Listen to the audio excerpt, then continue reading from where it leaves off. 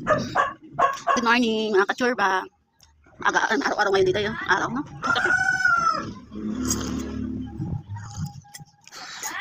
Medyo wala akong matchusing sa inyo dito. Ay Friday ngayon. Kasi gusto ko may pumunta sa senior. Di ba pag Friday may senior? Doon yun sa may parko ng ano. Yung nagkasakit ako dati. Hindi ko alam kung paano pumunta doon. Hindi ko alam. Hanggang sa siguro 2 times ako sinamahan ako ng kapatid ko. Yun, after nun, natuto ako mag-isa. Tumakas ako sa kanila. Tumakas ako dati. Kasi gusto ko matuto. Siyempre, di ba nagsakit nga ako. Yung lugar, yung pagbiyahe. Nakalimutan ko yung dati. Nakalimutan ko talaga. Tumakas ako dati, nagbiyahe ako. Nagkandaligaw pa ako. Napakalapit lang nung dati. Alam ko, malapit lang yung dati. Tapos natawid.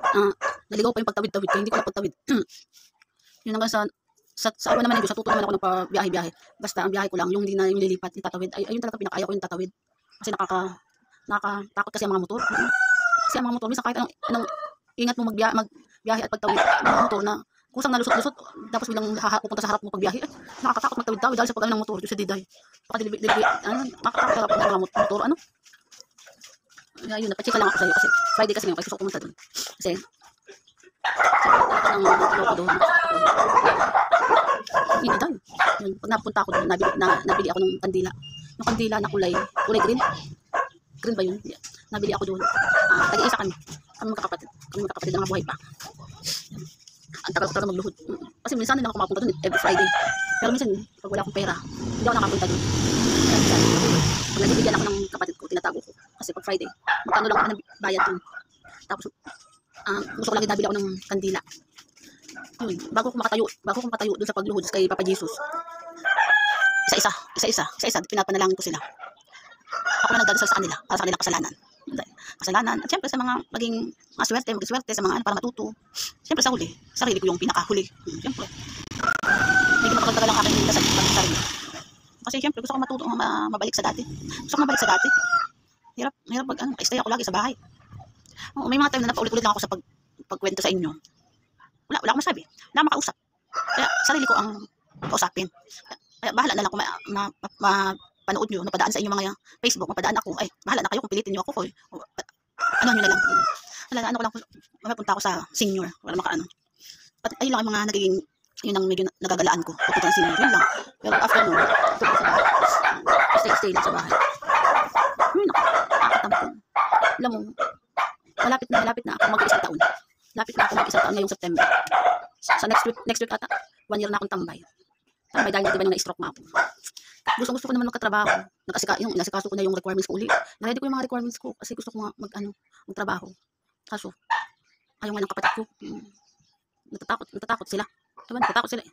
Kasi nga, na-stroke nga ako. Diba? As in talagang stroke. Kasi yung isang kong kuya, na-hospital din yung isang kuya ko. Pero hindi naman siya na-stroke, pero tumaas yung BP niya kasi lahi nga namin. Nataas yung BP niya, pero never, pasalamat naman sa Diyos, hindi siya na-stroke. Kumbaga, inano siya sa ospital. Hindi mo na siya pinababa. Hindi mo na siya pinaalis sa simbahan, sa ospital. Para lang ma-relax, siya. Yun, hanggang sa na-out na siya sa ospital. Salamat sa Diyos, naging okay naman. Hindi siya inatake talaga ng totally na stroke. Yung sa akin kasi talaga na stroke.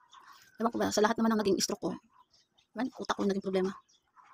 Kasi dati, dumating ako sa hindi ako nakalakad dati. Hindi ako naglakad. Hindi ako nakapagsalita. Tabingi yung bunga ako dati. Yun, naging okay naman siya ngayon. Sa sobrang okay yung pagka-stroke ko, na tumabingi yung bunga ako. Sa awa naman ng Diyos, gumaling ako. Dahil dyan, nagkikismosa ako sa inyo. Kasi ako nagkikismis ako sa mga naging kaibigan ko dati. Pero ngayon, dahil tambay lang ako sa bahay, naging chismisan ako sa mga, sa Facebook lang. Yun lang. Tapos, sa totoo lang, inaasikaso pa yung mga requirements ko. Gusto kong bumalik sa pag-apply, sa trabaho ko. Gusto kong mag-apply.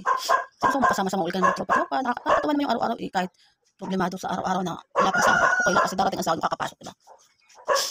So, ang problema nga, ayun ang kapatid ko. Siyempre, takot din naman mangyari kasi baka pag na-second stroke ako, baka doon madiretso na matigil na ako yan. Kaya takot sila kasi ganun yung nangyari sa nanay ko eh. Pangalawang beses. Madiretso na talaga. Sa pangalawang beses na stroke ang nanay ko. Kaya takot, kaya yung mga kapatid ko umayaw na. Pero yung iba kong kapatid, gusto rin enjoy na magtrabaho ako. Okay? Kasi yung may trabaho ako dati, ang dami ko talaga nagagawa sa bahay. Kahit mawalan sila, relax sila kasi siyempre nakakatulong din ako sa kanila. Pero may mga time din naman na mga kapatid ko yung nag-aasikaso pag wala akong sahod. Yan, makakaano din. Kaya yun dahil naman sa hindi pa ako nagtatrabaho, nag-aasikaso sa akin, sa gamot ko, sa kapatid ko. Tapos minsan yung isa kong kuya, binibigyan ako. Kunyari, bibili ako ng pagkain ko. Hindi po para nakahiwalay yung pagkain ko. Kasi siyempre may mga kasama akong kapatid na mag-asawa, may mga anak. Siyempre ayaw pa rin naman siksikan ng mga gastos sa kainan. Sana. Kaya nahiya din naman ako dahil kaya gusto ko talaga na isarili ako. Kasi noon, ako yung nag-aasikaso, ako yung bumibili. Pero yung nagkasakit ako, nahiya ako. Kasi sa pamilya sila. Noon, wala naman akong pamilya. Wala akong sarili pamilya, mga kapatid lang. So, single man ako dito. Yung kaya minsan, yung kuya ko, pinapadala ako. At kasi pambili ako nag-i-stock ako ng bigas, itlog, siyempre mga gusto kong kainin, naka-stock. Tapos yung isa ko naman kapatid, siya yung nabili ng gamot ko. Siya nabili ng gamot, tapos may tira-tira, may pamerienda ako. Para akong bata. O dahil, para akong bata. Yan, naano rin ako. Nag-board ba? Nag-board din ako sa sobrang, pangyayari. Kalahin mo, papasko na naman. After ng December, dati, nag-aasikaso na agad ako. Pambili ko ng mga pamangkin ko, pambili ko ng mga pangregalo. Tapos, doon kami mag-New Year sa isa kong kuya na may ako ang nag-ano na magbabaya, maghahanda, ganun. May trabaho ako dati. Kaya para sa akin sad talaga ako kasi wala akong magawa. Dati gusto ko lagi ako yung tumutulong. Ako, kahit maganda trabaho, okay lang, masaya na ako doon. Lalo pag may kailangan yung mga pamangkin ko, natulong ako yung mga kaya kong ay tulong. Ang ending, nanga ako ngayon kasi wala akong trabaho. Hindi ako mapagtrabaho. Sa totoo lang, di ako talaga nakagala ng Facebook. Hindi ako nagamit. Wala ako messenger. Tsaka nasilip-silip lang pero never ako nagamit sa mga ganyan mga video-video. So dumating sa point na, yun, dito lang ako natuto mag-ganyan. Ngayon ako natuto mag-Facebook ng ganyan video. Kasi para sa akin, kausap ko sarili ko din. Yun, kaya napahilig lang ako mag-ganyan. Kasi para sa akin, sa makakachismis ko, sarili ko na yung chismis ko. Kausap ko sarili ko din. Wala makausap. Kaya makakan. Ganun.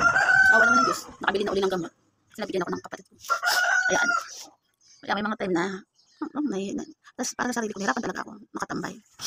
Oo, ang ko lang, madali kasi sumakit ang ulo ko. Samantalang noon, Diyos ko, kahit maganda, 12 oras ang trabaho ko, magdire-diretso pa. Wala akong pakialam. Talagang grabe ang pasok namin dati. Pero ngayon, sa ulo ko, konting hirap ang problema ko, sakit ang ulo ko agad. Kaya sa totoo lang, hindi pa ako ganun kaan sa pagsalita. Pag napunta ako sa mga nagpunta ako sa ospital, mag-isa lang ako. Hirap ako magtanong-tanong kapag ano dapat kong gawin. Nahihirapan ako kapag usap. Tinry ko talaga na mag-isa lang ako. Yung walang tulong, ako lang mag-isa. Ang problema lang, nahihirapan lang akong umintindi. Alam ko, naging bubuyata ako. Wala yung utak ko. Nabawasan natin ang utak ko. Kakalupa. Samantalang dati noon ako lagi nag-aasikaso. Ako lagi ang kasama. Ako lagi kapag-usap. Paano ako kapag-usap. Yun, sa awan ng Diyos. Huwag na walang utak. Lahat ata. Bungan. Nahihirapan ako mag-ano. Kung mga salita, hindi ko kaya maintindihan kahit bata ang kausap ko. Kahit bata ang kausap ko, hindi ko maintindihan. Yun lang, pakika lang naman ako sa inyo. Kaya punta ko mamaya sa Papa Jesus. Ngayon, pag-pray ulit, pasalamat. At para ipagdasal ko yung mga kapatid ko pag mga badang attitude, yung iba. Kaya i-add ko. Tapos, mga kapatid ko, mga pasaway. Para maging good vibes sila lahat.